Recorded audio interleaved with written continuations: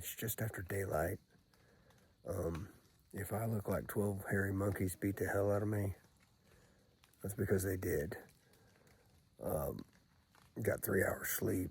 We were up trapping hogs last night, and should have stayed in bed, but I knew it was going to be a foggy morning, and man, the opportunity to get down here in the swamp in this fog, I don't know. And it's not like 40 below zero. I think it's like 65. So I had to get in a tree, man. I can sleep later today, but I just kind of wanted to show you, what we got down here, and then we'll do a video a little bit later. But it's just a cool time to be in the swamp. Just the leaves are dripping, humidity's high. Anyway, let me buzz you around here. That's the creek down there.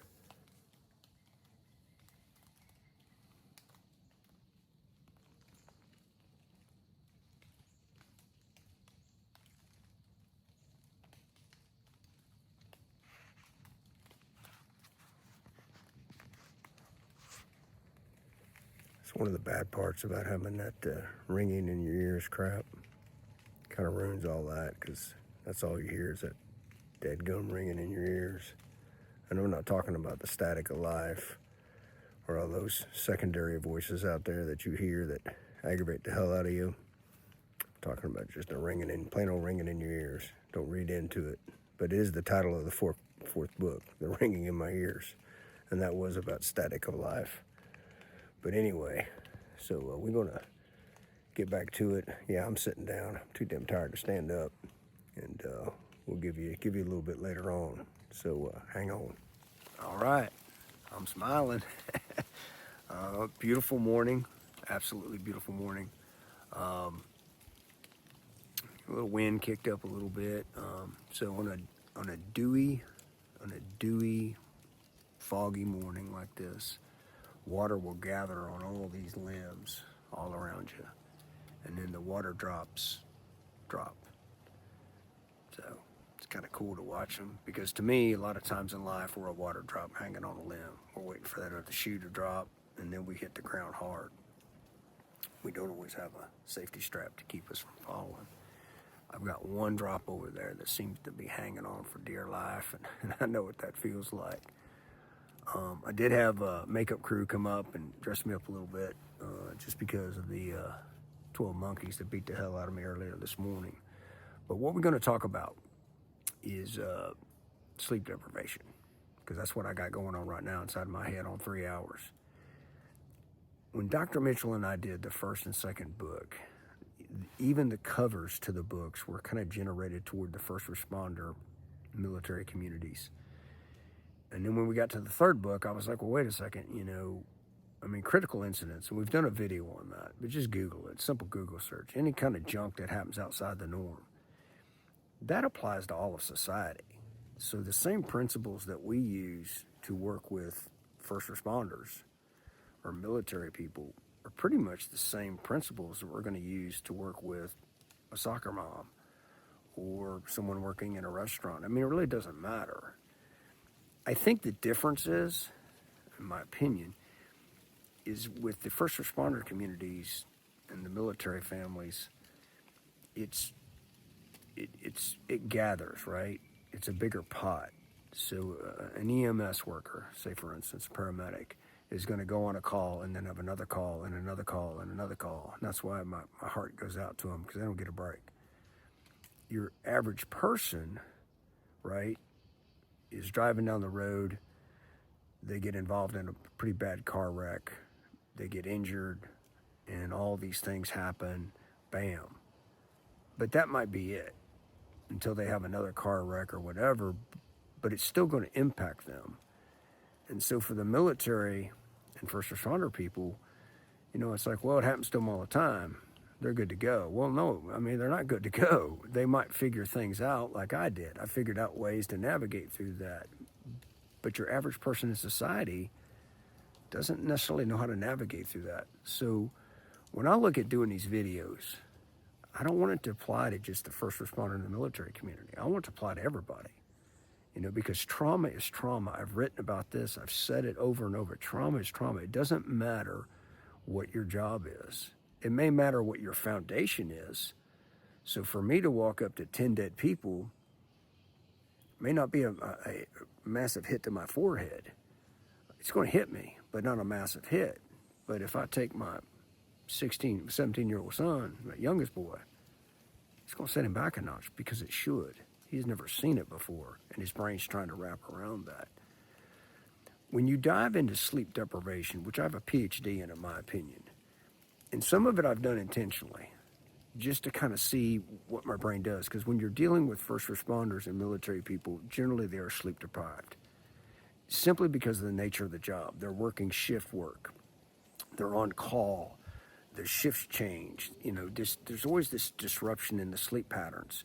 And so it's always funny because the experts will say, well, you're having trouble sleeping. Well, hell, I've been having trouble sleeping for 30 years because of the damn job. It may not be the trauma. It's just the job makes it jacked up. When you try to process, your brain tries to work when you're really sleep deprived, things just don't work like they should. And you start to figure that out. And so for like me today, it's warm weather here.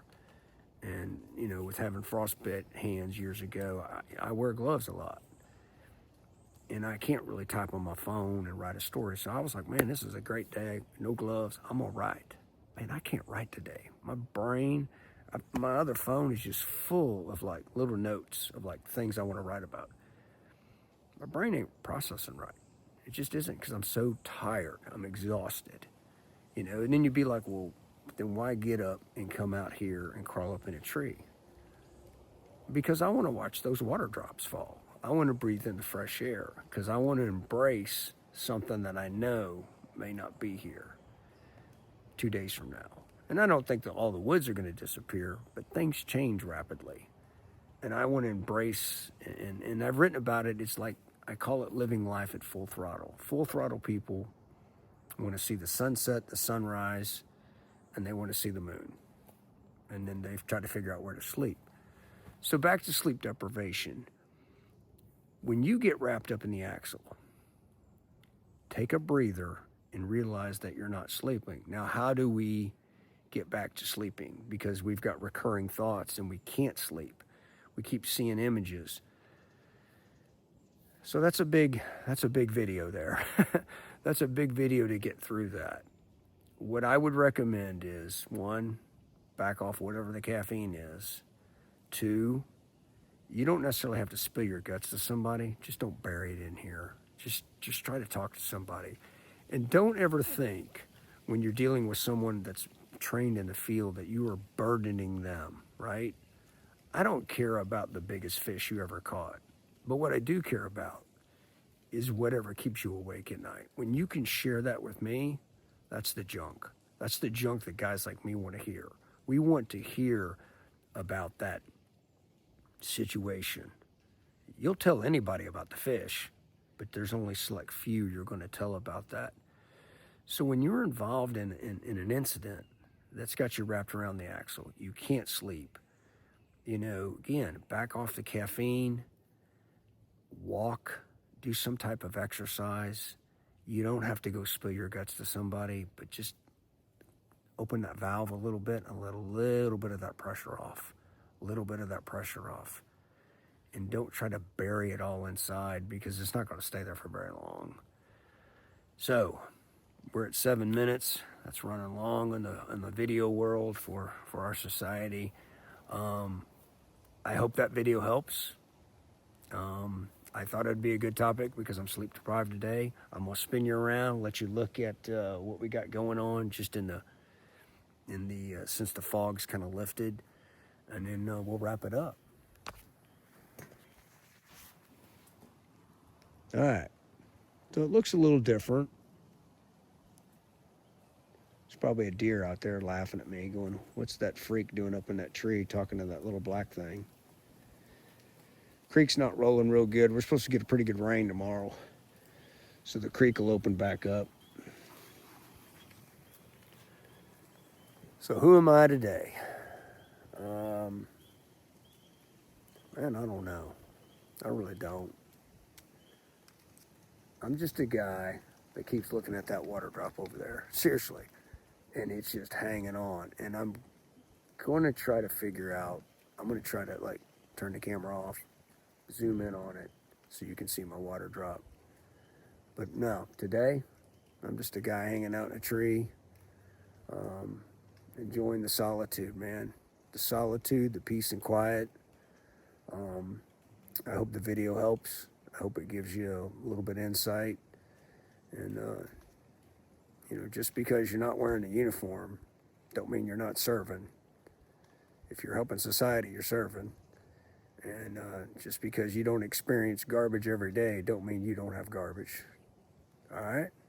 So let me get on that water drop before it drips.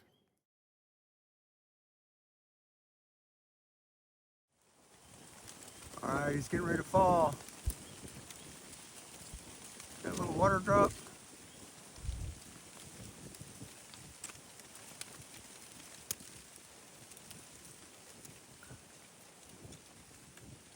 Holy crap, it's all gone.